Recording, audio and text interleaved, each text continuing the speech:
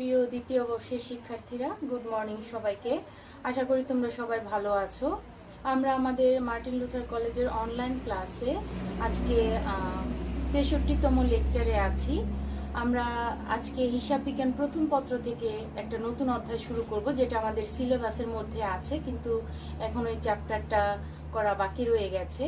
আজকে এই চ্যাপ্টার আমি শুরু করব এবং এই চ্যাপ্টারের মাধ্যমেই কিন্তু আমাদের হিসাব বিজ্ঞান প্রথম পত্র বলো, দ্বিতীয় পত্র বলো, সবগুলো চ্যাপ্টার করা হয়ে যাবে। তাহলে এটাই হচ্ছে আমাদের সিলেবাসের সর্বশেষ চ্যাপ্টার হিসাব বিজ্ঞান প্রথম পত্র থেকে, যেটা হচ্ছে তৃতীয় অধ্যায় ব্যাংক সমন্বয় বিবরণী। তোমরা প্রত্যেকে তোমাদের হিসাব বিজ্ঞান প্রথম পত্র বইটা খোলো, অধ্যায় ৩ বের করো, যেখানে ব্যাংক সমন্বয় বিবরণী আছে। এই অধ্যায় থেকে আমরা আজকে থিওরিটিক্যাল প্রাথমিক কিছু ধারণা নিব, কিছু বিষয় জানবো, যে বিষয়গুলো আমাদের অঙ্কের জন্য হেল্পফুল হবে এবং সেই সাথে আমাদের সৃজনশীল যে অঙ্কগুলো করব সেটার বিষয়ে যথেষ্ট সহায়তা করবে। অর্থাৎ প্রত্যেকটা চ্যাপ্টারই আমাদের অঙ্ক করতে হয়, কিন্তু অঙ্কের জন্য আমাদের কিছু থিওরি প্রাথমিকভাবে জেনে নিতে হয়, কিছু নিয়ম শিখে নিতে হয়, তারপর ওই অধ্যায়ের যে নামটা দেওয়া সেটা সম্পর্কে কিছু ধারণা নিতে হয়। তাহলে সেইভাবে আজকে আমরা অধ্যায় ৩ শুরু করি। আজকে আমরা অধ্যায় ৩ থেকে যে বিষয়গুলো আলোচনা করব সেটা দেখো, আমি এখানে লিখেছি প্রথম পত্র হিসাব বিজ্ঞান প্রথম পত্র তৃতীয় অধ্যায় ব্যাংক সমন্বয় বিবরণী অধ্যায়ের নাম। আজকে আমাদের আলোচ্য বিষয়গুলো হচ্ছে, আমরা প্রথমে আলোচনা করব ব্যাংক সমন্বয় বিবরণীর ধারণা বা সংজ্ঞাটা একটু জানবো। এটা তোমরা পাবে তোমাদের টপিক নাম্বার ৩.01 এই অধ্যায়ে ৩.01 প্রথম টপিকেই তোমরা ব্যাংক সমন্বয় বিবরণী সম্পর্কে জানতে পারবে। তারপর ব্যাংক বিবরণী, ব্যাংক সমন্বয় বিবরণীর পর ব্যাংক সমন্বয় বিবরণী প্রস্তুতের কিছু উদ্দেশ্য আছে, সেটা আমি না পড়লেও তোমরা রিডিং করলেও বুঝতে পারবে যে আসলে কেন ব্যাংক সমন্বয় বিবরণী প্রস্তুত করতে হয়। তার উদ্দেশ্যটা ৩.02 আছে, কিন্তু আমি আজকে ক্লাসে সেটা নিয়ে খুব বেশি আলোচনা করব না, বা আমি না করলেও তোমরা সেটা নিজেরা পড়ে বুঝতে পারবে। এরপর আমি যেটা আলোচনা করব ব্যাংক বিবরণী, অর্থাৎ ব্যাংক সমন্বয় বিবরণীর ক্ষেত্রে আমাদের দুইটা বিষয় জানতে হয়। ব্যাংক সমন্বয় বিবরণী মূলত আমানতকারীর নগদান বই এবং ব্যাংক বিবরণী, এই দুইটা বইয়ের উদ্বৃত্তের সমন্বয়ে, এই দুইটা উদ্বৃত্ত সংশোধনের জন্যই মূলত ব্যাংক সমন্বয় বিবরণী করতে হয়। সেই ক্ষেত্রে আমরা তো জানি আমানতকারী নগদান বই কি, নগদান বই সম্পর্কে আমাদের ধারণা আছে। আমরা হিসাব বিজ্ঞানের স্টুডেন্ট, আমরা আমাদের দ্বিতীয় অধ্যায় হিসাব বিজ্ঞান প্রথম পত্র দ্বিতীয় অধ্যায়ে হিসাবের বইসমূহ চ্যাপ্টারে, সেখানে আমরা 1 ঘরা 2 ঘরা 3 ঘরা এরকম নগদান বইগুলো করেছি। এই নগদান বইয়ে আমাদের ব্যাংক সংক্রান্ত একটা কলাম থাকে, ব্যাংকের কলাম থাকে, যেখানে ব্যাংকের সাথে লেনদেন হলে আমরা সেই কলামে লিখি। নগদান বইয়ের ডেবিট দিকে একটা ব্যাংক কলাম থাকে, ক্রেডিট দিকে একটা ব্যাংক কলাম থাকে। অর্থাৎ আমরা যারা ব্যাংকের সাথে লেনদেন করি, ব্যাংকের কাছে আমরা হচ্ছি আমানতকারী। এই আমানতকারী ব্যাংক সংক্রান্ত লেনদেনগুলো তার নগদান বইতে লিপিবদ্ধ করে। একইভাবে ব্যাংকও তার আমানতকারীর লেনদেনগুলো, অর্থাৎ ব্যাংকের সাথে আমানতকারী যে সমস্ত লেনদেন করছে, তার সাথে যে সমস্ত লেনদেন আমরা করছি আমানতকারীরা, সেই লেনদেনগুলো তার কাছে সংরক্ষিত আমানতকারীর নামে যে খতিয়ান বই সে সংরক্ষণ করে, সেখানে সে ব্যাংক সংক্রান্ত লেনদেনগুলো লিপিবদ্ধ করে আমাদের নামে যে খতিয়ান হিসাবটা সে সংরক্ষণ করে, এবং নির্দিষ্ট সময় পরে সেই হিসাবের একটা অনুলিপি বা কপি আমানতকারীকে প্রদান করে। ঠিক আছে, যে কপিটা প্রদান করে ব্যাংক, অনুলিপিটা যেটা প্রদান করে, সেটাই মূলত ব্যাংক বিবরণী। এখানে আমরা ৩.03 টপিকে এই ব্যাংক বিবরণী সম্পর্কে জানবো। ব্যাংক বিবরণীতে দুই ধরনের বিল ইউজ করা হয় ব্যাংক কর্তৃক। সেটা একটা হচ্ছে ডেবিট মেমোরেন্ডাম, ক্রেডিট মেমোরেন্ডাম। সেটাও আমরা যখন এই টপিকটা পড়বো, এই ডেবিট মেমোরেন্ডাম, ক্রেডিট মেমোরেন্ডাম সম্পর্কে একটু সামান্য আমরা ধারণা পাবো। সামান্য না, পূর্ণ ধারণায় পাবো, তবে অল্প কথায় বইতে লেখা আছে, আমিও সেভাবেই তোমাদের বুঝাবো। ডেবিট মেমোরেন্ডামকে সংক্ষেপে ডিএম দিয়ে প্রকাশ করা হয় এবং ক্রেডিট মেমোরেন্ডামকে সংক্ষেপে সিএম দিয়ে প্রকাশ করা হয়। ঠিক আছে, তারপর আরেকটা টপিক আমরা দেখবো, সেটা সবচেয়ে গুরুত্বপূর্ণ এই অধ্যায়ের জন্য, যেটা হচ্ছে ব্যাংক সমন্বয় বিবরণী আমাদের কেন প্রস্তুত করতে হয়। আসলে নগদান বইয়ের ব্যাংক উদ্বৃত্ত এবং ব্যাংক বিবরণীর যে উদ্বৃত্ত বা ব্যালেন্স, দুইটা বইয়ের উদ্বৃত্ত আসলে একটা নির্দিষ্ট সময়ে সমান হওয়ার কথা। কারণ আমরা ব্যাংক সংক্রান্ত লেনদেনের জন্য, যে লেনদেনের জন্য আমরা আমানতকারীরা নগদান বইতে ব্যাংকের লেনদেনটা লিপিবদ্ধ করছি, ওই একই লেনদেন কিন্তু ব্যাংকও তার আমানতকারীর বইতে, তার কাছে সংরক্ষিত যে আমানতকারীর বই, সেখানেও কিন্তু সে ওই তারিখ অনুযায়ী লিপিবদ্ধ করে রাখার কথা। অর্থাৎ সেও আমাদের লেনদেনটা লিপিবদ্ধ করছে, ওই লেনদেনটা আবার আমরাও লিপিবদ্ধ করছি নগদান বইতে। তাহলে দুইটা বইয়ের উদ্বৃত্ত তো সমান হওয়ার কথা, কিন্তু কোনো একটা নির্দিষ্ট সময় গিয়ে দেখা যায় যে দুইটা বইয়ের উদ্বৃত্ত আসলে সমান হচ্ছে না, অসমান দেখাচ্ছে। কোনো কারণে হয়তো গড়মিল হয়ে গেছে। সেই গড়মিলের কারণগুলো কি কি সেটা আমরা টপিক নাম্বার 3.04 পাবো। সেখানে আমাদের লেখা আছে আমানতকারী কর্তৃক রক্ষিত বইয়ের ব্যাংক ব্যালেন্স এবং ব্যাংক বিবরণীর ব্যালেন্সের মধ্যে গড়মিলের কারণ সমূহ। সেই কথাটাকে আমি সংক্ষেপে বাংলা এখানে লিখেছি। আমানতকারীর বইটাকে আমি এখানে লিখেছি নগদান বইয়ের ব্যাংক উদ্বৃত্ত এবং ব্যাংক বিবরণীর উদ্বৃত্তের মধ্যে গড়মিলের কারণ সমূহ। কি কি কারণে দুইটা বইয়ের উদ্বৃত্তের মধ্যে আসলে গড়মিল দেখা দিতে পারে সেই কারণগুলো এই টপিক নাম্বার 3.04 ব্যাখ্যা করা হয়েছে। এবং সেই কারণগুলো খুঁজে বের করে দুইটা বইয়ের উদ্বৃত্তের মধ্যে সমন্বয় সাধনের জন্যই মূলত ব্যাংক সমন্বয় বিবরণী যে প্রস্তুত করা হয় সেটা আমরা বুঝতে পারবো। ঠিক আছে, আর লাস্টে যদি আজকে ক্লাসে সময় থাকে আমরা ব্যাংক সমন্বয় বিবরণী প্রস্তুতের পদ্ধতি বা নিয়ম, কি কি পদ্ধতিতে ব্যাংক সমন্বয় বিবরণী, এই ব্যাংক সমন্বয় বিবরণীটা প্রস্তুত করা যায়, কয়টা নিয়ম আছে বা পদ্ধতি আছে, সেই নামগুলো সম্পর্কে আমরা একটু ধারণা নিব, প্রয়োজনে একটু বিস্তারিত জানবো। কিন্তু প্রত্যেকটা পদ্ধতির অধীনেই নিয়মের ছক আছে। আমরা শুধু প্রথম দুইটা পদ্ধতিতে অঙ্ক করব। আমাদের সিলেবাসে প্রথম দুইটা পদ্ধতি আছে, এই দুইটা পদ্ধতির নিয়মের ছক আমরা পরবর্তী ক্লাসে হয়তো আমি দেখাবো। কিন্তু আজকে শুধু এই পদ্ধতির নামগুলো একটু জেনে রাখি, আর যদি সময় থাকে তাহলে আমরা পদ্ধতিগুলো সম্পর্কে বিস্তারিত একটু আলোচনাও করতে পারবো বই থেকে। তাহলে এই টপিকটা তোমরা পাবে তোমাদের বইয়ের টপিক নাম্বার 3.06। তাহলে আমরা আমাদের মূল আলোচনায় চলে যাই। আমাদের প্রথম আলোচনা ব্যাংক সমন্বয় বিবরণীর ধারণা বা ব্যাংক সমন্বয় বিবরণীর সংজ্ঞা। ব্যাংক সমন্বয় বিবরণী কাকে বলে? তোমাদের বইয়ের টপিক নাম্বার তোমরা 3.01 খুললে সেখানে দেখতে পাবে সুন্দর করে একটু বিস্তারিত ভাবে সংজ্ঞাটা দেয়া আছে, উদাহরণ সহ বুঝিয়ে দেয়া আছে। তবে আমি সংক্ষেপে তোমাদের জন্য এক কথায় বলি যে কোনো ব্যক্তি বা প্রতিষ্ঠান কোনো নির্দিষ্ট দিনে নগদান বইয়ের ব্যাংক উদ্বৃত্ত এবং ব্যাংক বিবরণীর উদ্বৃত্তের মধ্যে গড়মিলের কারণগুলো যখন খুঁজে পায়, সেই গড়মিলের কারণগুলো বিশ্লেষণ করে দুই বইয়ের উদ্বৃত্তের সমন্বয় সাধনের জন্য যে বিবরণী প্রস্তুত করা হয় বা যে বিবরণী প্রস্তুত করে তাকেই মূলত ব্যাংক সমন্বয় বিবরণী বলা হয়। তাহলে এখানে সহজভাবেই বোঝা যাচ্ছে যে আমানতকারীর নগদান বই এবং ব্যাংক কর্তৃক রক্ষিত ব্যাংক বিবরণী, এই দুইটা বইয়ের উদ্বৃত্তের মধ্যে যে গড়মিল দেখা দেয় কোনো একটা নির্দিষ্ট দিনে, সেই গড়মিলের কারণগুলো খুঁজে বের করে সেটা বিশ্লেষণ পূর্বক যে বিবরণী প্রস্তুত করা হয় মূলত দুইটা উদ্বৃত্তকে সমন্বয়ের জন্য বা সমান করার জন্য, একই রকম করার জন্য যে উদ্বৃত্ত যে বিবরণী প্রস্তুত করা হয় সেটাকেই ব্যাংক সমন্বয় বিবরণী প্রস্তুত করা হয়। ব্যাংক সমন্বয় বিবরণী প্রস্তুত করা হয় তার একটা বিশেষ উদ্দেশ্য আছে। প্রত্যেকটা ব্যবসা প্রতিষ্ঠান একটা নির্দিষ্ট সময় শেষে তার আর্থিক অবস্থা বা সঠিক প্রতিষ্ঠানের সঠিক আর্থিক চিত্র কিন্তু জানতে চায়। এজন্য প্রতিষ্ঠানে কোনো নির্দিষ্ট হিসাবকাল শেষে আর্থিক অবস্থার বিবরণী বা উদ্বর্তপত্র প্রকাশ করতে হয় বা প্রস্তুত করতে হয়।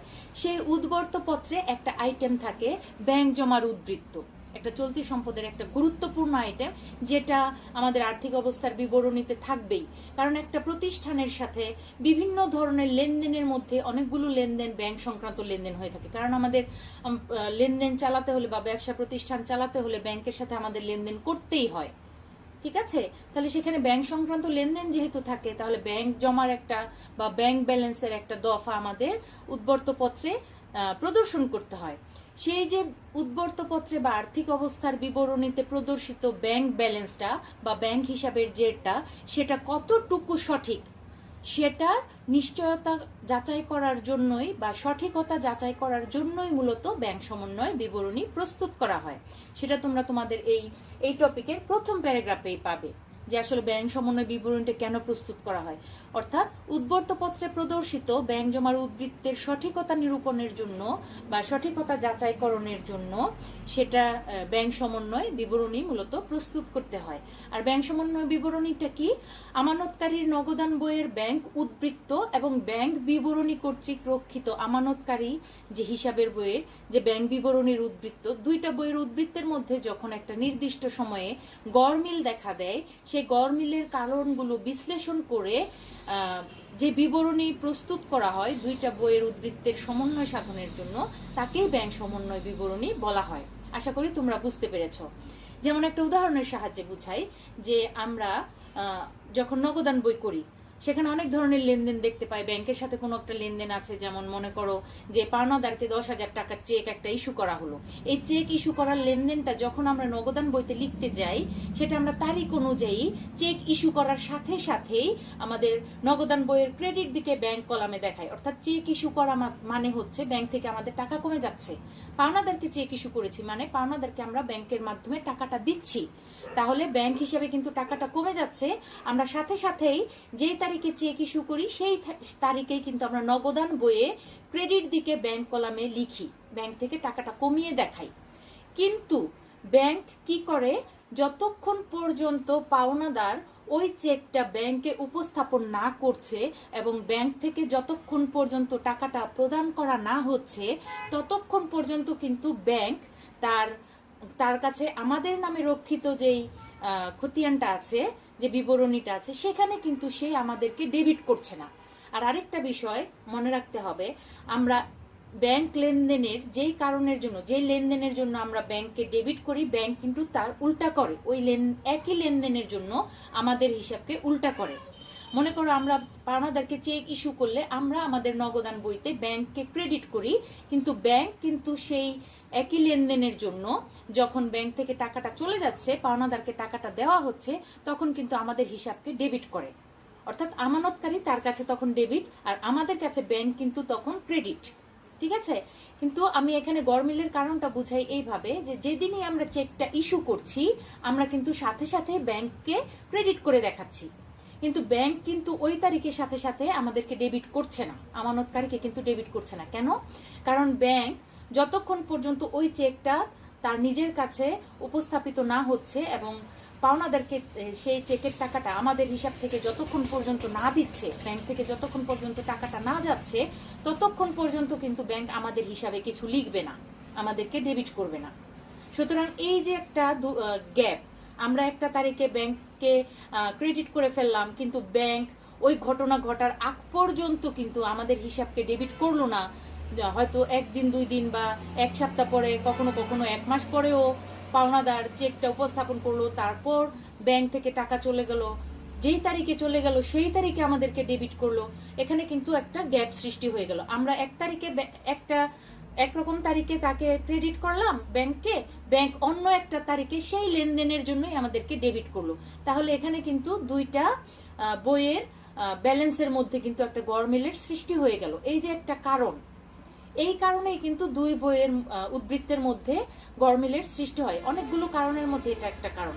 আবার আমরা যদি ব্যাংকে কোনো চেক জমা দেই, সেই চেকের টাকাটা যতক্ষণ পর্যন্ত ব্যাংকে জমা না হচ্ছে বা চেকটা যতক্ষণ পর্যন্ত ব্যাংকে উপস্থাপিত না হচ্ছে, ব্যাংক কিন্তু আমাদের হিসাবকে ক্রেডিট করছে না। আমরা ব্যাংকে চেক জমা দেওয়ার সাথে সাথে কিন্তু আমরা ডেবিট করে ফেলছি ব্যাংককে নগদান বইতে। এটা তোমরা নিশ্চয়ই বুঝতে পারো যে ব্যাংকে 10,000 টাকার চেক জমা দেওয়া হলো, আমরা কিন্তু সাথে সাথে ওই তারিখে ব্যাংক হিসাবকে ডেবিট করছি। কিন্তু যতক্ষণ পর্যন্ত চেকটা ব্যাংকে উপস্থাপিত না হচ্ছে, ব্যাংকে টাকাটা জমা না হচ্ছে, ততক্ষণ পর্যন্ত কিন্তু ব্যাংক আমাদের হিসাবকে ক্রেডিট করছে না, যতক্ষণ পর্যন্ত ব্যাংকে চেকটা উপস্থাপিত না হচ্ছে। এই যে দুইটা সময়ের ব্যবধানে যে দুইটা লেনদেন লিপিবদ্ধ হওয়ারও একটা দূরত্ব সৃষ্টি হয়ে যাচ্ছে, দুইটা সময়ে লেনদেনগুলো লিপিবদ্ধ হচ্ছে, সেই কারণে একটা নির্দিষ্ট দিনে গিয়ে দেখা যায় দুই বইয়ের উদ্বৃত্তে গরমিল দেখা দিয়েছে। এরকম আরো বিভিন্ন কারণ আছে যেগুলো আমরা আমাদের টপিক নাম্বার 3.04 দেখতে পাবো। এই ধরনের গরমিলের মানে কারণের জন্যই মূলত দুইটা বইয়ের উদ্বৃত্তে পার্থক্য দেখা দেয় এবং সেই গরমিলের কারণগুলো খুঁজে বের করে দুই বইয়ের উদ্বৃত্তের সমন্বয় সাধনের জন্যই মূলত ব্যাংক সমন্বয় বিবরণী প্রস্তুত করা হয়। তাহলে সবশেষে আমরা ব্যাংক সমন্বয় বিবরণীকে আরেকটু সুন্দর করে সংজ্ঞায়িত করতে পারি যে কোনো নির্দিষ্ট তারিখে নগদান বই এবং ব্যাংক বিবরণীর উদ্বৃত্তের পার্থক্যের কারণ বিশ্লেষণ করে যে মিলকরণ বিবরণী প্রস্তুত করা হয় তাকেই মূলত ব্যাংক সমন্বয় বিবরণী বলে।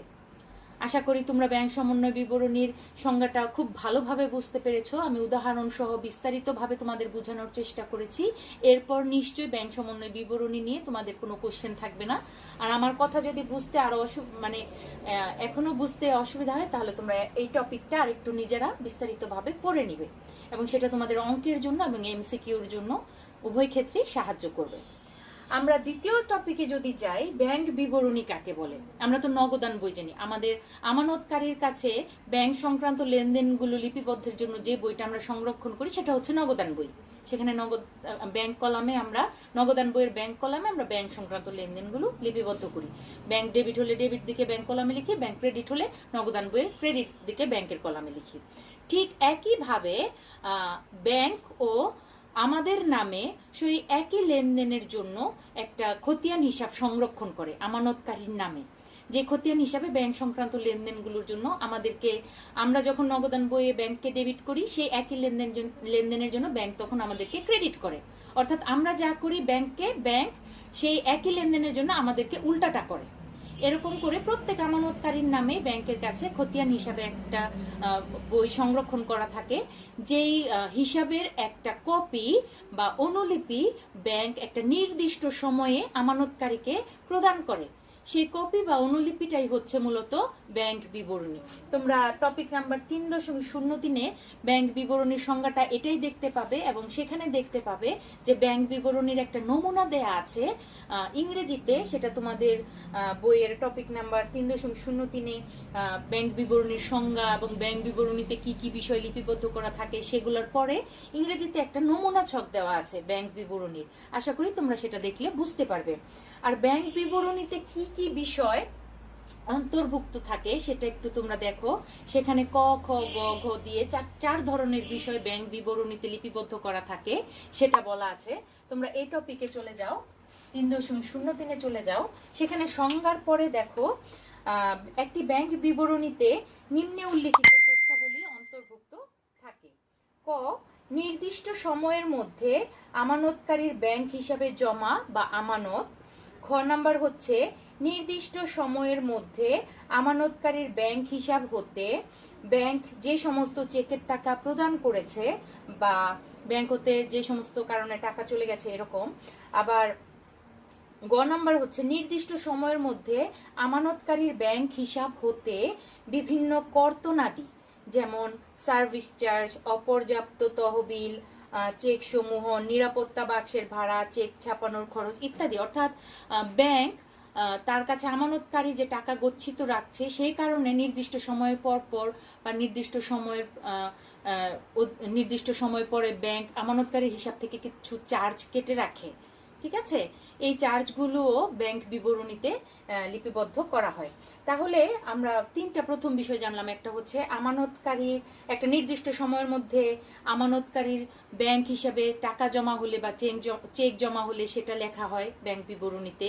তারপর আমানতকারীর হিসাব হতে কোনো টাকা প্রদান করলে বা আমানতকারীর হিসাব হতে চেকের টাকা প্রদান করা হলে বা টাকা চলে গেলে সেটা লেখা হয়। তারপর ব্যাংক যদি আমানতকারীর হিসাব থেকে কোনো টাকা কেটে রাখে কোনো কারণে, সে কারণগুলো এখানে লেখা হয়, কর্তনগুলো লেখা হয়। আর গ নাম্বারের মধ্যে আছে নির্দিষ্ট সময়ের মধ্যে আমানতকারীর ব্যাংক হিসাবে আমানতকারীর মক্কেলদের চেক সরাসরি ব্যাংকে জমা দেয়া প্রাপ্য নোট, এর আদায়কৃত অর্থ, সুদসহ ব্যাংকে জমা এবং ব্যাংকে জমা টাকার উপর যদি কোনো সুদ দেয় ব্যাংক সেগুলা।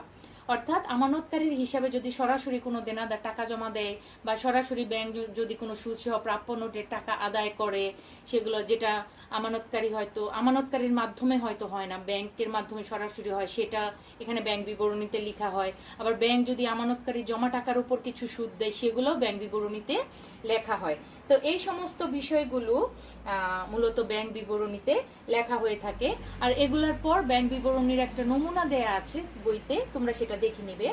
এবার আমরা যাই যে ডেবিট মেমোরেন্ডাম এবং ক্রেডিট মেমোরেন্ডাম কি এবং ব্যাংক বিবরণীর ক্ষেত্রে এগুলা কিভাবে ব্যবহার করা হয়। তোমরা এখানে ডেবিট মেমোরেন্ডামটা একটু দেখো। এখানে লেখা আছে সুন্দর করে ব্যাংক বিবরণীর নমুনা ছকটার পরে, ডেবিট মেমোরেন্ডাম হচ্ছে ব্যাংক কর্তৃক ব্যবহৃত একটি বিল যেটাতে আমানতকারীর হিসাব থেকে বিভিন্ন কর্তনগুলো ব্যাখ্যা করা হয়। অর্থাৎ তোমাদের এখানে ব্যাংক বিবরণীতে যে বিষয়গুলো লিপিবদ্ধ থাকে লেখা আছে, এখানে গ নাম্বার একটু আগে আমি পড়েছি যে নির্দিষ্ট সময়ের মধ্যে আমানতকারীর ব্যাংক হিসাব হতে অন্যান্য কর্তন যেমন সার্ভিস চার্জ, অপর্যাপ্ত তহবিল মানে হচ্ছে নট সাফিসিয়েন্ট ফান্ড, তারপর নিরাপত্তা বাক্সের ভাড়া, চেক ছাপানোর খরচ, অর্থাৎ আমানতকারীর হিসাব থেকে যে বিষয়গুলো কর্তন করা হয় সেই কর্তনগুলো ব্যাখ্যা করার জন্যই মূলত ডেবিট মেমোরেন্ডাম ব্যবহার করা হয়। ডেবিট মেমোরেন্ডামকে সংক্ষেপে বলা হয় ডিএম, ডি দিয়ে ডেবিট, এম দিয়ে মেমোরেন্ডাম। আচ্ছা, এই কর্তনগুলো এই ডেবিট মেমোরেন্ডামে ব্যাখ্যা করা হয় এবং ডেবিট মেমোরেন্ডাম হচ্ছে ব্যাংক কর্তৃক ব্যবহৃত একটি বিল। ব্যাংক বিবরণীতে অন্তর্ভুক্ত বিভিন্ন চার্জগুলো ডেবিট মেমোরেন্ডামের মাধ্যমে ব্যাখ্যা করা হয় এবং ব্যাংক বিবরণীতে এই সংক্রান্ত নোট দিতে হয়। ঠিক আছে, ব্যাংক বিবরণীতে এ ধরনের চার্জের জন্য ডিএম প্রতীক ব্যবহার করা হয়, সেটা আমি বলেই দিলাম। এখন দেখি ক্রেডিট মেমোরেন্ডাম। আচ্ছা, ডেবিট মেমোরেন্ডামে কি কি বিষয় অন্তর্ভুক্ত থাকে সেটা এখানে লেখা আছে, যেমন ব্যাংক সার্ভিস চার্জ, চেক ছাপা খরচ, প্রত্যাখ্যাত চেক বা অপর্যাপ্ত তহবিল চেকের খরচ, ব্যাংক কর্তৃক প্রদেয় বিল পরিশোধ, ব্যাংক কমিশন, ব্যাংক বিল সংগ্রহ ব্যয়, ব্যাংক কর্তৃক ঋণের কিস্তি পরিশোধ, আমানতকারী নির্দেশ অনুযায়ী ব্যাংক কর্তৃক বীমা প্রিমিয়াম ও অন্যান্য টাকা পরিশোধ।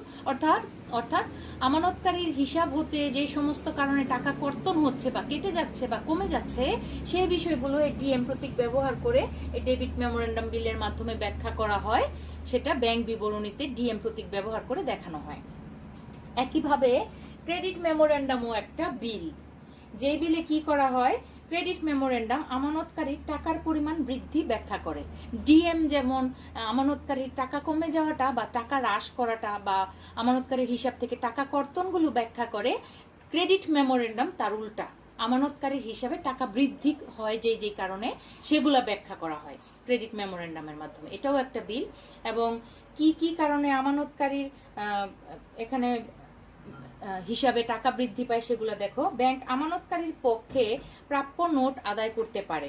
এক্ষেত্রে নোটের বিপরীতে নগদ আদায়ের জন্য ব্যাংক আমানতকারীর হিসাবকে ক্রেডিট করে। অবশ্যই ব্যাংক যখন আমাদের হয়ে টাকা আদায় করে, আমরা যখন সেটা জানতে পারি, আমরা দেখাই যে ব্যাংকে টাকা বাড়লো, আমরা ব্যাংক হিসাবকে ডেবিট করলাম।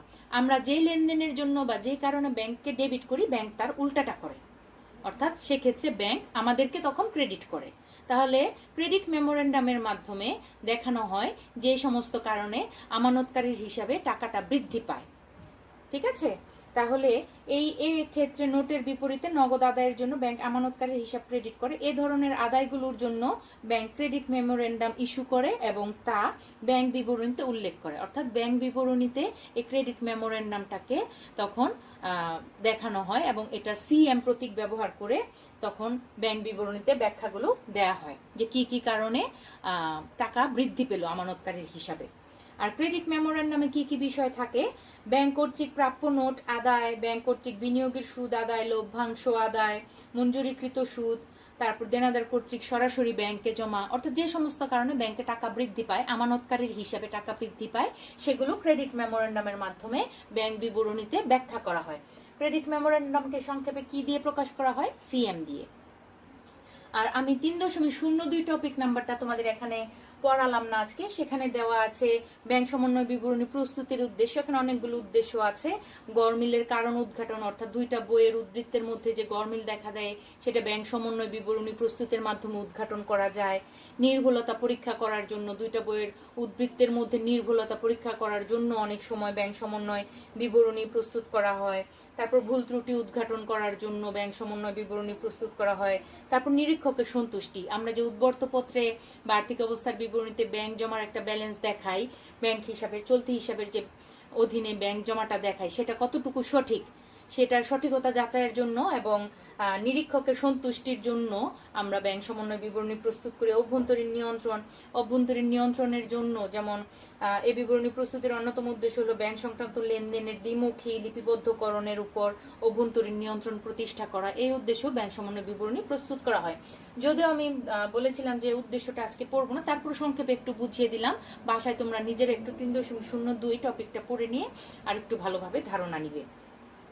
আমাদের এ পর্যন্ত দুইটা টপিক এখন পড়া শেষ। এখন যেটা সবচেয়ে বেশি গুরুত্বপূর্ণ টপিক সেটা হচ্ছে 3.04 টপিক তোমরা একটু বের করো। আমানতকারীর হিসাবের ব্যাংক ব্যালেন্স। আমানতকারীর হিসাব বলতে এখানে নগদান বইকে বোঝানো হচ্ছে। নগদান বইয়ের ব্যাংক ব্যালেন্স, ব্যালেন্স মানে তো উদ্বৃত্ত আমরা জানি। আমানতকারীর হিসাবের ব্যাংক ব্যালেন্স এবং ব্যাংক বিবরণীর ব্যালেন্সের মধ্যে গরমিলের কারণসমূহ। আমানতকারীর ব্যাংক ব্যালেন্স হচ্ছে নগদান বইয়ের ব্যাংক ব্যালেন্স বা ব্যাংক উদ্বৃত্ত এবং ব্যাংক বিবরণীর উদ্বৃত্তের মধ্যে গরমিলের কারণসমূহ।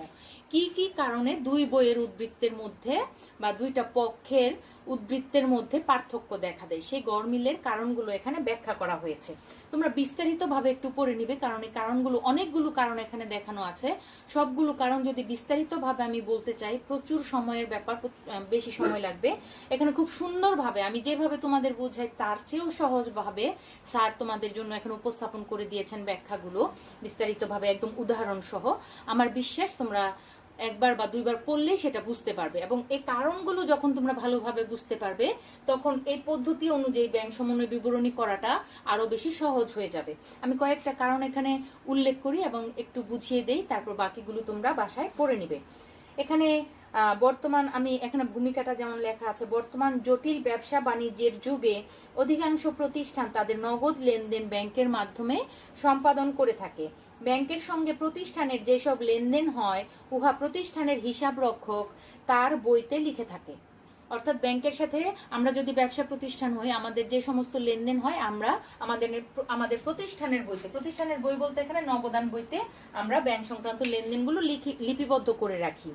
ব্যাংকের হিসাব বইতেও ওই সকল লেনদেন লেখা হয়, অর্থাৎ ব্যাংক বিবরণীতেও কিন্তু ওই লেনদেনগুলো লেখা হয়।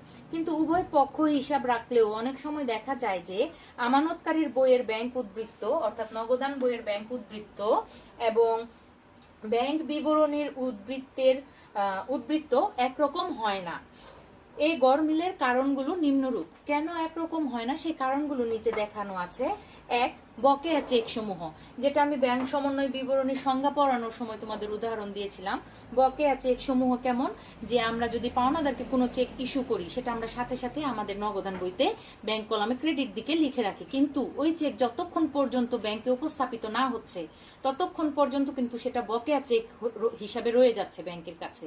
ওই চেকটা উপস্থাপিত হবে, তারপর পাওনাদারকে ব্যাংক আমাদের হিসাব থেকে টাকা দিবে, তারপর ব্যাংক বিবরণীতে লিখবে। এই যে দুইটা সময়ের ব্যবধান, এই বকেয়া চেকের কারণেই কিন্তু অনেক সময় নগদান বইয়ের উদ্বৃত্ত এবং ব্যাংক বিবরণীর উদ্বৃত্তের মধ্যে পার্থক্য দেখা দেয়। ঠিক আছে, এটাই কিন্তু এখানে লেখা আছে। আবার মধ্যবর্তী সময়কালীন আমানত, আমানতকারী কর্তৃক নগদ ও নগদ সমতুল্য যেসব অর্থ ব্যাংকে জমা দেয়া হয়েছে এবং আমানতকারীর হিসাব বইতে হিসাব করা হয়েছে কিন্তু সময় মতো ব্যাংক বিবরণীতে ক্রেডিট করা হয়নি, তাকে ট্রানজিটে জমা বা মধ্যবর্তী সময়কালীন জমা বলে। সাধারণত আমানতকারী তার ব্যাংক হিসাবে নিম্নরূপ নগদ ও নগদ সমতুল্য ব্যাংকে জমা করে থাকে অর্থ, কিন্তু হিসাবকালের মধ্যে আদায় না হওয়ায় ট্রানজিট জমা বা ডিপোজিট ইন ট্রানজিট হয়। অর্থাৎ আমরা ব্যাংকে অনেক সময় টাকা জমা দেই এবং সেই ব্যাংকে টাকা জমা দেওয়া হলো এরকম লেনদেন দেখার সাথে সাথেই আমরা কি করি, আমাদের নগদান বইতে ব্যাংক কলামকে ডেবিট করে ফেলি। কিন্তু সেই টাকাটা যতক্ষণ পর্যন্ত ব্যাংকে উপস্থাপিত না হচ্ছে বা চেকটা যতক্ষণ পর্যন্ত জমা না হচ্ছে ততক্ষণ পর্যন্ত কিন্তু ব্যাংক আমাদের হিসাবকে ক্রেডিট করতে পারছে না। এই যে সময়ের একটা ব্যবধান বা দুইটা একই লেনদেনের জন্য দুইটা সময় হয়ে যাচ্ছে, এখন দুইটা সময়ের মধ্যে একটা গ্যাপ রয়ে যাচ্ছে, এটাকে বলা হয় ট্রানজিটে জমা বা মধ্যবর্তী সময়কালীন জামানত, আমানত। এর কারণেও কিন্তু আমাদের নগদান বইয়ের উদ্বৃত্ত এবং ব্যাংক বিবরণীর উদ্বৃত্তের মধ্যে একটা পার্থক্য দেখা দেয়। অর্থাৎ আমরা যেই সময়ে ব্যাংক হিসাবকে ডেবিট করছি সাথে সাথে কিন্তু ব্যাংক জানতে পারছে না যে কত টাকা তার বইতে আমাদের বইতে জমা হচ্ছে বা ব্যাংকে আমাদের নামে কত টাকা বাড়বে জমা হচ্ছে, সেটা কিন্তু সাথে সাথে জানতে পারছে না। যতক্ষণ পর্যন্ত জানতে না পারছে ততক্ষণ পর্যন্ত কিন্তু ব্যাংক আমাদেরকে ক্রেডিট করছে না। আমরা কিন্তু সাথে সাথেই জমা দিলাম, এটার সাথে সাথে কিন্তু আমরা ব্যাংক হিসাবকে লিখে ফেলেছি, ডেবিট করে ফেলেছি, কিন্তু ব্যাংকে উপস্থিত না হওয়া পর্যন্ত, টাকাটা জমা না হওয়া পর্যন্ত ব্যাংক কিন্তু ক্রেডিট করতে পারছে না। এটা একটা গরমিলের কারণ, দুইটা উদ্বৃত্তের গরমিলের কারণ। এখানে দুই ভাবে তিন ভাবে এখানে জমা হতে পারে ব্যাংকে, বা মধ্যবর্তী সময়কালীন আমানত হতে পারে তিন ভাবে। যেমন নগদ জমা, আমানতকারী নগদ অর্থ জমা করার সাথে সাথে ব্যাংক বিবরণীতে সেটা ক্রেডিট করে থাকে। কিন্তু অনেক সময় দেখা যায় যে তারিখে ব্যাংক বিবরণী প্রেরণ করা হয়েছে ওই তারিখে ব্যাংকিং সময়ের পর টাকা জমা দিলে তার পরের দিন ব্যাংক আমানতকারীর হিসাবে ক্রেডিট করে থাকে। অর্থাৎ যখন আমানতকারী ব্যাংকে টাকা জমা দেয় তার হিসাবে ব্যাংক বিবরণীতে ক্রেডিট করার কথা। কিন্তু অনেক সময় এমনও হয় যে আমরা আমাদের নগদান বইতে যেই সময়ে ব্যাংক হিসাবকে ডেবিট করেছি, ব্যাংকে টাকাটা জমা পড়েছে, তারও পরে গিয়ে যখন ব্যাংক বিবরণী আমাদের হাতে চলে এসেছে তারপরে গিয়ে টাকাটা জমা হয়েছে, তখন ব্যাংক বিবরণীতে তার পরের দিন গিয়ে লিপিবদ্ধ করতে হচ্ছে ব্যাংক জমার টাকাটা। তখন নগদান বইয়ের ব্যাংক উদ্বৃত্ত এবং ব্যাংক বিবরণীর উদ্বৃত্ত কিন্তু অসমান থেকে যাচ্ছে। এটা হচ্ছে মধ্যবর্তী সময়কালীন এক ধরনের আমানত। আবার হচ্ছে প্রাপ্ত চেক আদায়ের জন্য ব্যাংকে জমা। ক্রেতা বা দেনাদারের কাছ থেকে প্রাপ্ত চেক আদায়ের জন্য আমানতকারী তার ব্যাংকে জমা দেয়। অর্থাৎ দেনাদারের কাছ থেকে যদি আমার কোনো টাকা পাওনা হয়, আমি যদি সেই দেনাদারের কাছ থেকে একটা চেক পাই, সেই চেকের টাকা আদায়ের জন্য অনেক সময় আমরা ব্যাংকে জমা দেই, ব্যাংকে নির্দেশ দেই। আর ব্যাংকে নির্দেশ দেওয়ার সাথে সাথে কিন্তু আমরা নগদান বইতে ব্যাংকে ডেবিট করে ফেলি। যেমন আদায় হয়ে গেলে ওইটা ধরেই আমরা ব্যাংকে ডেবিট করি। কিন্তু যতক্ষণ পর্যন্ত সেই চেকের টাকাটা আদায় না হচ্ছে ততক্ষণ পর্যন্ত কিন্তু ব্যাংক বিবরণীতে আমাদেরকে ক্রেডিট করা হচ্ছে না। এই যে মধ্যবর্তী একটা সময়, এর কারণে এই সময়ের যে আমানত, এই মধ্যবর্তী সময়ের আমানতের কারণেও, এই গরমিলের কারণেও কিন্তু দুইটা বইয়ের উদ্বৃত্তের মধ্যে পার্থক্য দেখা দেয়। আবার একইভাবে অনেক সময় প্রাপ্য নোট আদায়ের জন্য ব্যাংকে জমা। আমরা দেনাদারের কাছ থেকে যেমন টাকা আদায়ের জন্য চেক জমা দেই, যতক্ষণ পর্যন্ত ব্যাংক আদায় না করবে ব্যাংক বিবরণীতে লেখা হবে না। একইভাবে প্রাপ্য নোট বা প্রাপ্য বিল আদায়ের জন্য আমরা অনেক সময় ব্যাংকে জমা দেই এবং সাথে সাথে আমরা নগদান বইতে ব্যাংকে ডেবিট করে ফেলি। কিন্তু যতক্ষণ পর্যন্ত ব্যাংক প্রাপ্য বিলের টাকাটা আদায় না করছে ততক্ষণ পর্যন্ত কিন্তু ব্যাংক বিবরণীতে আমরা ক্রেডিট হচ্ছি না আমানতকারীরা। যে কারণে এই যে মধ্যবর্তী একটা সময়ের ব্যবধানে দুই বইয়ের উদ্বৃত্তে পার্থক্য রয়ে যায়, গরমিল দেখা দেয়। এরকম আরো আছে চেক প্রত্যাখ্যান। আমানতকারী কর্তৃক যদি কোনো চেক আদায়ের জন্য ব্যাংকে জমা দেওয়া হয় এবং সেই চেকটা আমরা জমা দেওয়ার সাথে সাথে আমাদের নগদান বইতে কিন্তু ডেবিট করে ফেলি ব্যাংক হিসাবকে, কিন্তু চেকটা যদি নট সাফিসিয়েন্ট ফান্ড অথবা এনএফএস অথবা পর্যাপ্ত ব্যালেন্স না থাকার কারণে চেকটা যদি কোনো কারণে প্রত্যাখ্যাত হয়, ব্যাংক কিন্তু তার বিবরণীতে সেই চেকের টাকাটা লেখে না। ঠিক আছে, সেই প্রত্যাখ্যানের কথাটা যতক্ষণ পর্যন্ত আমরা না জানি আমাদের হিসাবে কিন্তু ব্যাংক ডেবিট হয়েই থাকে, কিন্তু ব্যাংক বিবরণীতে কিন্তু আর আমাদেরকে ক্রেডিট করা হয় না। এই যে দুইটা কারণ, একটা হচ্ছে ব্যাংক চেকটা প্রত্যাখ্যান করে দেওয়ার কারণে তার বিবরণীতে আমাদের নামে কিছু লিখলো না, আর আমরা চেকটা আদায়ের জন্য ব্যাংকে জমা দিয়েছি যে এটা প্রত্যাখ্যান হয়েছে কিন্তু আমরা জানি না, আমরা ব্যাংকে ডেবিট করে রেখেছি। এই দুইটা কারণেও কিন্তু ব্যাংক উদ্বৃত্ত আর নগদান বইয়ের উদ্বৃত্তের মধ্যে পার্থক্য দেখা দেয়। সুতরাং এগুলো তোমরা একটু ভালোভাবে পড়বে। এছাড়া আছে ব্যাংক খরচ। ব্যাংক যখন সরাসরি আমানতকারীর হিসাব থেকে কোনো চার্জ কর্তন করে সেটা ব্যাংক বিবরণীতে সাথে সাথে লেখা হয়ে যায়, কিন্তু যতক্ষণ পর্যন্ত আমানতকারী না জানে ততক্ষণ পর্যন্ত কিন্তু ব্যাংক হিসাব নগদান বইতে কিন্তু ব্যাংক কলামে সেটা লেখা হয় না ক্রেডিট দিকে। আমানতকারী আমাদের হিসাব থেকে টাকা কেটে নিলে আমাদেরকে ডেবিট করে, আর আমরা যখন জানতে পারি তখন ক্রেডিট করি ব্যাংককে। কিন্তু যতক্ষণ পর্যন্ত আমরা জানতে না পারি ততক্ষণ পর্যন্ত কিন্তু সেটা নগদান বইতে লেখা হচ্ছে না। এই একটা মধ্যবর্তী এই সময়ের কারণেও কিন্তু, সময়ের ব্যবধানেও কিন্তু দুইটা বইয়ের উদ্বৃত্তের মধ্যে পার্থক্য দেখা দেয়। আবার বাট্টাকৃত প্রাপ্য নোট প্রত্যাখ্যান হলে সেক্ষেত্রে কোনো কারণে যদি ব্যাংক সেটা জানে, আমানতকারী জানছে না, আমরা প্রাপ্য বিল বাট্টা করলে আমাদের ব্যাংক হিসাবে সেটা ডেবিট দিকে দেখায় যে বাট্টা করে আমরা টাকাটা জমা রেখেছি, কিন্তু ব্যাংক হয়তো সেই বাট্টাকৃত বিলটা একটা নির্দিষ্ট সময় গিয়ে প্রত্যাখ্যাত হলো, সেটা আমরা সাথে সাথে জানলাম না আমানতকারীরা। সেই কারণেও দুইটা বইয়ের উদ্বৃত্তের মধ্যে তখন তফাৎ দেখা দেয়। আবার 6 নাম্বার ব্যাংক জমার সুদ। ব্যাংক যখন আমাদের জমাকৃত টাকার উপর সুদ দেয়, সেই সুদের টাকাটা ব্যাংকে জমা হলে ব্যাংক বিবরণীতে আমাদেরকে ক্রেডিট করা হয়, কিন্তু আমরা তো সেটা সাথে সাথে জানতে পারি না। ব্যাংক যতক্ষণ পর্যন্ত আমাদের কাছে বিবরণীটা না দিচ্ছে বা আমাদেরকে ইনফর্ম না করছে আমরা নগদান বইতে কিন্তু ব্যাংকে ডেবিট করতে পারছি না। যে কারণে দুইটা বইয়ের উদ্বৃত্তের মধ্যে একটা নির্দিষ্ট দিনে পার্থক্য থেকে যায়। আবার সরাসরি ব্যাংক কর্তৃক আদায়। এমনও অনেক বিষয় আছে যে ব্যাংক আমরা নির্দেশ দিলে বা নির্দেশ দেওয়ার আগেই ব্যাংকের কাছে যদি কোনো চেক থাকে বা কোনো আদায়ের কোনো নির্দেশ অনেক আগে থেকে দেওয়া থাকে, যেটা ব্যাংক সরাসরি আদায় করে, অথবা দেনাদার যদি সরাসরি ব্যাংকে টাকা জমা দেয়, যেগুলো আমরা আমানতকারীরা জানতে পারি না, এমন কোনো যদি বিষয় থাকে সেটা ব্যাংক তার বিবরণীতে সাথে সাথে লিখে ফেলে, ক্রেডিট করে ফেলে আমাদেরকে, কিন্তু আমরা যতক্ষণ পর্যন্ত জানতে না পারি ততক্ষণ পর্যন্ত কিন্তু আমরা ডেবিট করতে পারছি না ব্যাংকে। 7 নাম্বার বিষয়টা এখানে দেখো, অনেক সময় ব্যাংক আমানতকারীর পক্ষে সরাসরি অর্থ আদায় করে থাকে, যেমন লভ্যাংশ, বিনিয়োগের সুদ, এগুলা হয়তো আমাদের পক্ষ হয়ে অনেক সময় ব্যাংক আদায় করে থাকে এবং সাথে সাথে আমাদেরকে ব্যাংক বিবরণীতে ক্রেডিট করে, কিন্তু আমরা কিন্তু যতক্ষণ পর্যন্ত না জানছি আমরা কিন্তু ডেবিট করতে পারছি না ব্যাংক হিসাবকে নগদান বইতে। তো এই কারণেও দুইটা বইয়ের উদ্বৃত্তে গরমিল দেখা দেয়। সাধারণত নিম্নলিখিত বিষয়গুলো ব্যাংক আমানতকারীর পক্ষ থেকে গ্রহণ করে এবং সরাসরি তা আমানতকারীর হিসাবে ক্রেডিট করে। সরাসরি আমাদের হয়ে ব্যাংক যে কাজগুলো করে সেটা দেখো, লগ্নি বা বিনিয়োগের উপর সুদ ব্যাংক কর্তৃক আদায়। খ নাম্বার, দেনাদার কর্তৃক সরাসরি ব্যাংকে টাকা পয়সা জমা দান।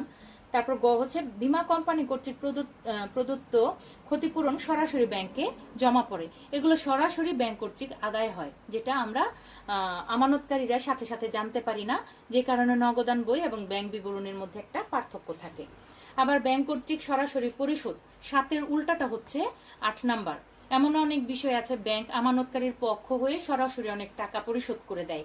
যেমন এখানে বিষয় থাকতে পারে যে আমানতকারীর নির্দেশ মোতাবেক ব্যাংক আমানতকারীর পক্ষ হয়ে অনেক দেনা সরাসরি পরিশোধ করে থাকে এবং সাথে সাথে আমানতকারীর হিসাবে ডেবিট করে থাকে। অর্থাৎ আমানতকারীর হিসাবে ডেবিট করে মানে ব্যাংক বিবরণীতে আমানতকারীর নামে যে খতিয়ানটা আছে সেটা সেখানে আমানতকারীকে ডেবিট করে। আমরা যদি সেই তথ্যটা যখন জানতে পারি তখন কিন্তু আমরা ব্যাংককে ক্রেডিট করি, কারণ ব্যাংক থেকে টাকা চলে যাচ্ছে। কিন্তু আমানতকারী ব্যাংক বিবরণী থেকে এই সম্পর্কে অবগত না হয়ে তার হিসাবে ক্রেডিট করে না। যতক্ষণ পর্যন্ত ব্যাংক বিবরণীটা তার হাতে না আসছে, আমানতকারীর হাতে, ততক্ষণ পর্যন্ত কিন্তু আমানতকারী জানতে পারছে না যে ব্যাংক থেকে কত টাকা পরিশোধ করা হয়েছে, যে কারণে দুইটা বইয়ের জেরের মধ্যে একটা পার্থক্য থেকে যায় বা গরমিল দেখা দেয়। এরকম অনেক বিষয় আছে। আবার আমানতকারীর কিছু ভুল হতে পারে, যেটা আমানতকারীর করার কথা না, ভুলবশত নগদান বইতে করা হয়ে গেছে। অনেক সময় টাকার পরিমাণ বেশি বা কম লেখা হয়ে যায় ব্যাংক হিসাবে।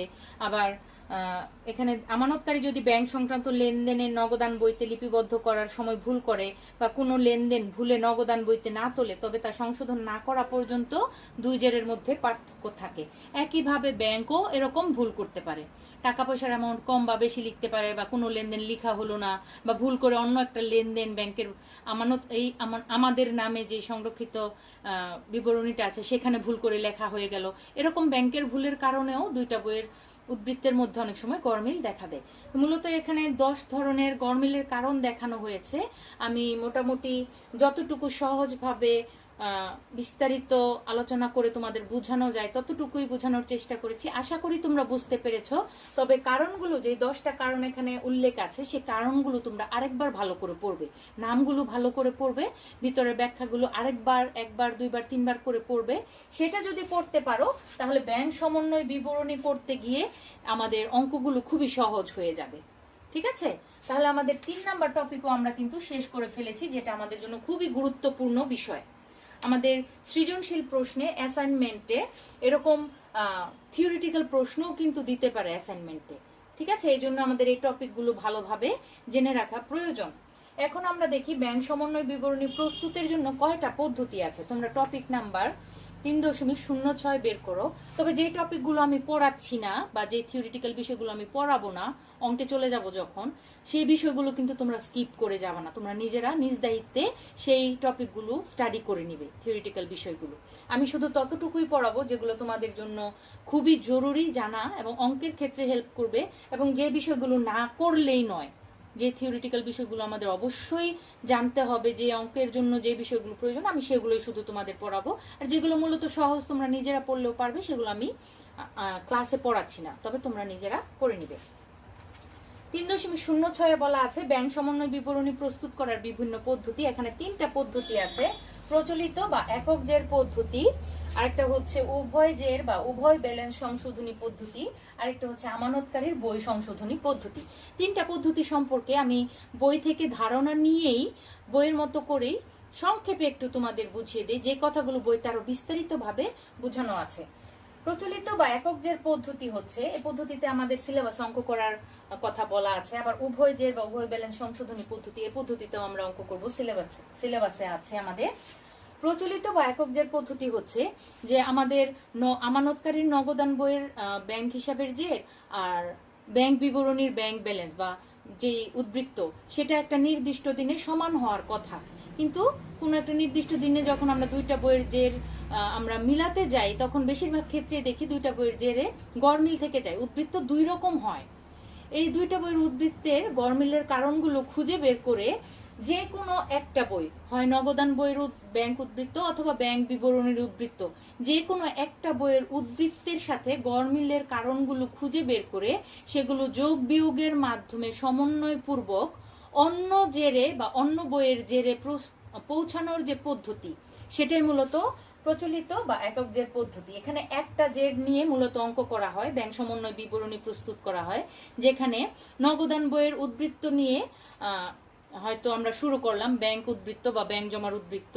নগদান বইয়ের ব্যাংক জমার উদ্বৃত্ত মানে কিন্তু ব্যাংক বিবরণীর ব্যাংক জমাতিরিক্ত, অর্থাৎ আমরা যেটাকে ডেবিট বলি ব্যাংক কিন্তু আমাদেরকে সেই কারণে ক্রেডিট করে। সেই সময় আমরা যেটা ব্যাংক জমার উদ্বৃত্ত বলি, ব্যাংক বলবে সেটা ব্যাংক জমাতিরিক্ত তার কাছে আমানতকারীর হিসাবে। তাহলে আমরা নগদান বইয়ের যে কোনো একটা উদ্বৃত্ত দিয়ে যদি আমরা ব্যাংক সমন্বয় বিবরণীর কাজ শুরু করি, তাহলে এখানে একক জের বা প্রচলিত পদ্ধতি, এই একক জের দিয়ে বোঝাচ্ছে আমরা যে কোনো একটা বইয়ের জের দিয়ে ব্যাংক সমন্বয় বিবরণীর কাজ করতে পারবো। যে কোনো একটা বইয়ের জের দিয়ে আমরা ব্যাংক সমন্বয়ের কাজ শুরু করে গড়মিলের কারণগুলো খুঁজে বের করে সেগুলো ওই জেরের সাথে যোগ বিয়োগের প্রয়োজন অনুযায়ী যোগ বিয়োগের মাধ্যমে সমন্বয় করে করে অন্য বইয়ের জের বা ব্যাংক বিবরণীর জেরে পৌঁছানোর যে পদ্ধতি বা অপর বইয়ের জেরে যখন যেভাবে পৌঁছাই সেই পদ্ধতিটাই মূলত হচ্ছে প্রচলিত বা একক জের পদ্ধতি, যে পদ্ধতিতে আমরা ব্যাংক সমন্বয় বিবরণীটা প্রস্তুত করি। তাহলে একক জের বা প্রচলিত পদ্ধতিটা কি?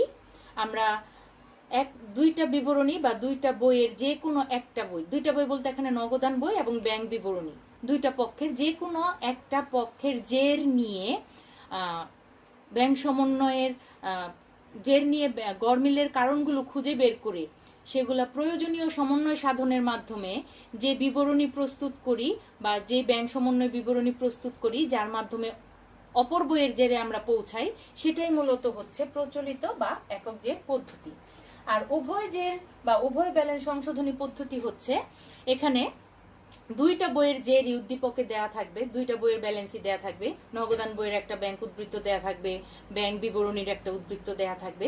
উভয় উদ্বৃত্তে দেওয়ার পর গড়মিলের কারণগুলো সেখানে দেওয়া থাকবে, সেই কারণগুলো আমরা খুঁজে বের করে তখন যেই উদ্বৃত্তের সাথে সমন্বয়ের প্রয়োজন, অর্থাৎ যেই বইতে যে কাজগুলো করা হয়নি, হয়তো নগদান বইতে যোগে করার কথা ছিল যোগ করা হয়নি, বিয়োগ করার কথা ছিল বিয়োগ করা হয়নি, অর্থাৎ গড়মিলের কারণগুলো থেকে আমরা খুঁজে বের করব কোন বিষয়গুলো কোন বইতে সমন্বয় করা হয়নি।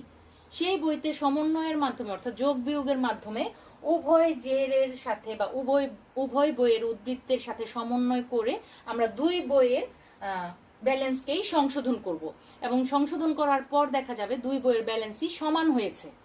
অর্থাৎ যেটা যেই উদ্বৃত্তের সাথে সমন্বয় করা প্রয়োজন, যেই বইতে বা যেই বিবরণীতে সমন্বয় করা প্রয়োজন, সেই গড়মিলের কারণগুলো দেখে বা উদ্দীপকগুলো দেখে আমরা খুঁজে বের করব এবং সেটা সেই বইয়ের উদ্বৃত্তের সাথে সমন্বয় করব। সমন্বয় বলতে এখানে যোগ বিয়োগকে বোঝাচ্ছে, যোগ করার প্রয়োজন হলে যোগ করব, বিয়োগ করার প্রয়োজন হলে বিয়োগ করব এবং উভয় ব্যালেন্সের সাথে যেটা যেখানে প্রয়োজন। ঠিক আছে, একই লেনদেন দুইটা ব্যালেন্সে যাবে এমন না, যেটা যেই বইতে করা হয়নি বা যেই জেরের সাথে যে সমন্বয়টা করা হয়নি সেটা করব। প্রয়োজনীয় কাজগুলো করার পর আমরা সংশোধন করে ব্যাংক সমন্বয় বিবরণী প্রস্তুত করে দেখব যে লাস্টে গিয়ে উভয় জেরের পরিমাণ সমান হয়েছে, তখনই আমরা বুঝবো আমাদের ব্যাংক সমন্বয় বিবরণীটা করা সহজ হয়েছে, সঠিক হয়েছে। তাহলে আমরা প্রথম এবং দ্বিতীয় পদ্ধতিটা ভালোভাবে শিখলাম। এখানে হচ্ছে দুইটা জের নিয়ে আমরা সংশোধনের কাজ করব, আর এখানে হচ্ছে আমরা একটা জের নিয়ে আমরা সংশোধনের কাজ করে অপর জেরে পৌঁছাবো গড়মিলের কারণগুলো সমন্বয়ের মাধ্যমে, ব্যাংক সমন্বয় বিবরণী প্রস্তুতের মাধ্যমে। আর লাস্টে হচ্ছে আমানতকারীর বই সংশোধন পদ্ধতি। এই পদ্ধতিতে আমাদের আমানতকারীর বইটা প্রথমে তৈরি করে নিতে হয় এবং যে সমস্ত বিষয়গুলো আমানতকারীর বইতে শুধুমাত্র লেখা হয়নি, ব্যাংক বিবরণীতে লেখা হয়েছে, সেই বিষয়গুলো তখন আমানতকারীর বইতে লিখে আমানতকারীর বইটা তো সংশোধন করে নিতে হয়। অর্থাৎ এই পদ্ধতিতে প্রথমে আমানতকারীর একটা বই তৈরি করে নিতে হয় এবং সেই বইতে যে বিষয়গুলো শুধুমাত্র ব্যাংক বিবরণীতে লেখা হয়েছে কিন্তু নগদান বইতে লেখা হয়নি বা আমানতকারীর বইতে লেখা হয়নি, সেই বিষয়গুলো তখন আমানতকারীর বইতে শুধুমাত্র লিখে নিতে হয়। তারপর সেই বইটা আমানতকারীর বইটা সংশোধনের মাধ্যমে সে ব্যাংক সমন্বয় বিবরণী প্রস্তুত করে তখন ব্যাংক হিসাবের উদ্বৃত্ত এবং আমানতকারীর নগদান বইয়ের উদ্বৃত্তের মধ্যে একটা সমন্বয় সাধন করা হয়। তাহলে এই তিনটা পদ্ধতির মধ্যে এই পদ্ধতিটাও অনেক ব্যবসায় প্রতিষ্ঠান পছন্দ করে বা এই পদ্ধতিতেও ব্যাংক সমন্বয় বিবরণী করাটা অনেকে এই পদ্ধতিটা গ্রহণ করে ব্যাংক সমন্বয় বিবরণী প্রস্তুত করে।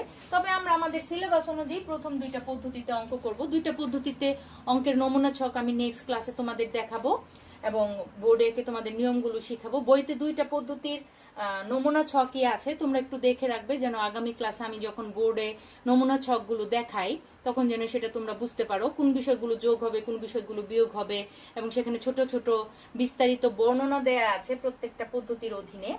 সেই বর্ণনাগুলো একটু পড়ে নিয়ে ছকগুলো তোমরা একটু বাসায় প্র্যাকটিস করে রাখবে।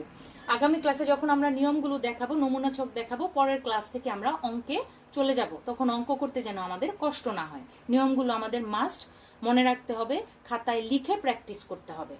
ঠিক আছে, তাহলে আমরা এই দুইটা পদ্ধতিতে অঙ্ক করব আর এই পদ্ধতিটা অবশ্যই এমসিকিউর জন্য একটু জেনে রাখবো। আর অন্যান্য যে সমস্ত টপিক আছে 3.07 এখানে লেখা আছে, টপিক হচ্ছে 3.07, এখানে জাবেদার কিছু নিয়ম আছে যেগুলো আমরা জানি। নগদান বইতে ব্যাংক সংক্রান্ত লেনদেনের জাবেদা, এই জাবেদাগুলো আমরা সবাই জানি। আমরা নগদান বই যখন করি আমরা কিন্তু মুখে মুখে জাবেদা করেই করি। ব্যাংক সংক্রান্ত লেনদেন যখন হয় সেগুলো কিন্তু জাবেদার ভিত্তিতেই আমরা নগদান বইতে বসাই। যেমন চেক ও নগদ টাকা ব্যাংকে জমা দিলে আমরা কি করি, ব্যাংক হিসাবকে ডেবিট করি, নগদান হিসাবকে ক্রেডিট করি। এরকম জাবেদাগুলোই মূলত এখানে দেয়া আছে। তারপর ব্যাংক কর্তৃক লভ্যাংশ আদায় হলে আমরা কি করি, ব্যাংক হিসাবকে ডেবিট করি, লভ্যাংশ আয় হিসাবকে ক্রেডিট করি।